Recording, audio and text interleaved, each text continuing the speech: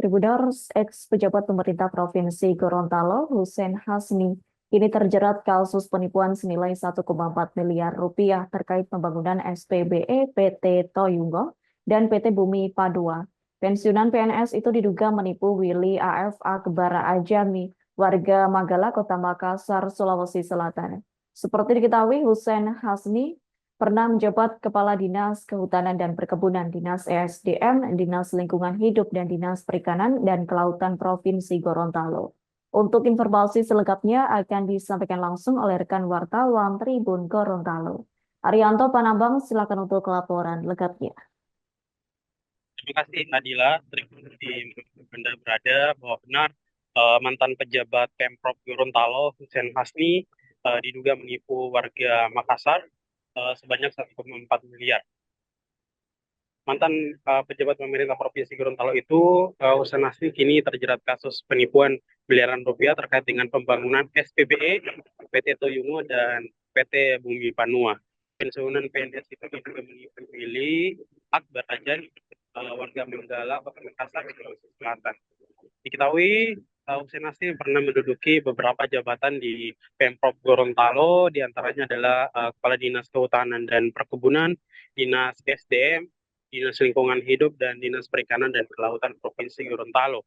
Laporan penipuan tersebut pertama kali dilaporkan oleh korban Willy bersama kuasa hukumnya Adi Setianto kepada Polda Gorontalo dengan indikasi penipuan pada 11 April 2023 silam. Namun baru ditetapkan tersangka setahun kemudian berdasarkan surat ketetapan tersangka pada 22 Juli 2024. Tersangka Hussein Hasni bahkan sudah pernah mengajukan peradilan di Pengadilan Negeri Gorontalo, tersangka sebagai pihak pemohon dan Polda Gorontalo sebagai termohon. Namun Pengadilan Negeri Gorontalo menolak peradilan tersebut dan kasus penipuan tersebut terus berlanjut. Korban Willy bersama dengan kuasa hukumnya menceritakan kronologis lengkap kepada tribungorontalo.com pada saat ditemui. Adi bercerita atau kuasa hukumnya bercerita tersangka memiliki niat untuk membangun SPBE PT Toyungo pada 2019 di Desa Tapadaa, Kecamatan Botumowito, Kabupaten Bualemo, Gorontalo, dengan total dana pembangunan sebesar 14 miliar. Tetapi saat itu tersangka Hussein Hasni tidak memiliki modal awal sehingga membutuhkan investor atau pembeli saham dalam proyek tersebut. Tersangka Hussein Hasni membutuhkan 10% atau 1,4 miliar dari total dana 14 miliar untuk menjalankan pembangunan SPBE tersebut. Artinya awal pembangunan SPBE tersebut membutuhkan biaya 1,4 miliar. Namun korban dan tersangka ini kemudian bertemu pada 2019. Setelah bertemu ternyata korban dan tersangka sudah saling kenal. Hal itu karena tersangka merupakan teman baik ayah korban, sehingga tak ada rasa kecurigaan yang timbul pada korban saat itu.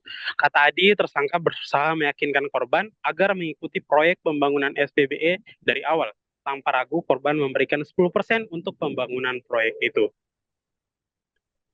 Setelah proses deal terjadi, tersangka meminta korban untuk mentransfer 1,4 miliar atau 10% tadi pada kontraktor proyek SPBE. Hal itu juga dipenuhi oleh korban dengan petunjuk-petunjuk yang diberikan oleh tersangka.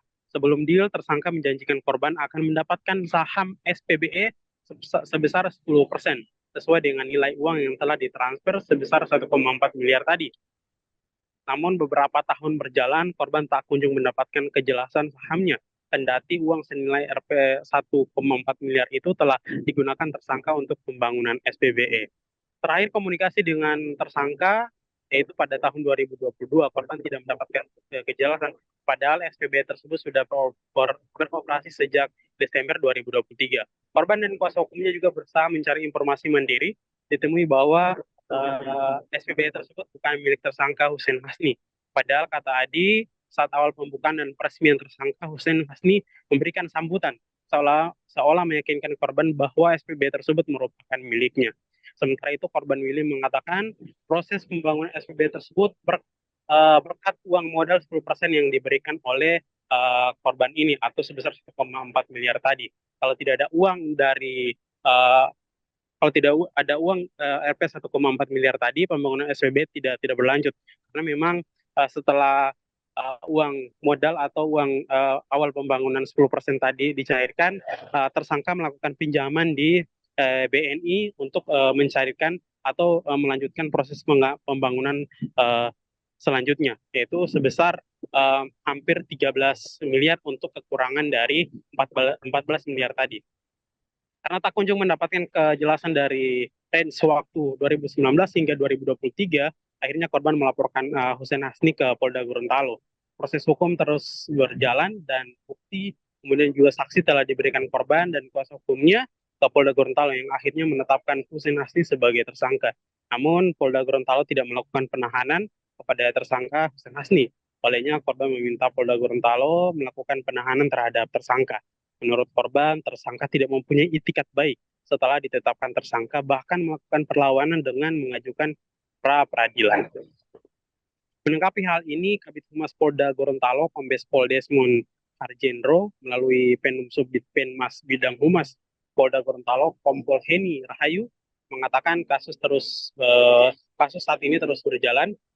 Heni bahkan mengatakan sempat dilimpahkan ke Kejaksaan Tinggi, namun dikembalikan atau P19 karena ada beberapa hal yang harus dilengkapi. Lebih lanjut, Heni juga mengatakan dalam waktu dekat akan dilimpahkan kembali ke Kejaksaan dan ia berharap kasus tersebut segera di P21 atau diterima oleh Kejaksaan Tinggi. Tak hanya itu, Heni juga menjelaskan alasan polisi tidak melakukan penahanan karena hal tersebut merupakan kewenangan penyidik. Terdapat hal yang menjadi pertimbangan penyidik sehingga tersangka Hussein Hasni tidak ditahan. Salah satu alasannya adalah dilihat dia tidak mengulangi perbuatannya. Itu kata Heni sebagai humas di Polda Gorontalo. Demikian laporannya, Adila. Saya kembalikan ke studio. Baik, terima kasih untuk informasi lengkapnya. Silakan bertugas kembali. Tribuners, pertemuan kami telah menghimpun wawancara bersama kuasa hukum korban, yakni Adi Setianto. Berikut untuk tayangan. Bisa dijelaskan terkait dengan kronologi adanya kasus penipuan ini seperti apa? Oke, kasus penipuan ini bisa terjadi disebabkan atau dikarenakan awal mulanya yang bersangkutan atau tersangka ini memiliki niat untuk membangun sebuah SPBE. Tetapi yang bersangkutan ini tidak memiliki modal di awal. Maka dari itu yang tersangka ini mencari siapa yang mau menjadi investor ataupun membeli sahamnya dia. Akhirnya bertemu dengan klien saya. Yang bersangkutan itu bertemu beberapa kali. Ternyata setelah bertemu, klien saya ini kenal dengan tersangka. Sudah kenal lebih dulu karena tersangka ini adalah teman baik dari orang tua klien kita. Nah, pada akhirnya di titik klien kita yakin untuk memberikan atau mau membeli saham tersebut, saham SPBE tersangka tersebut, tersangka itu meyakinkan bahwa Download Tribun X sekarang, menghadirkan lokal menjadi Indonesia.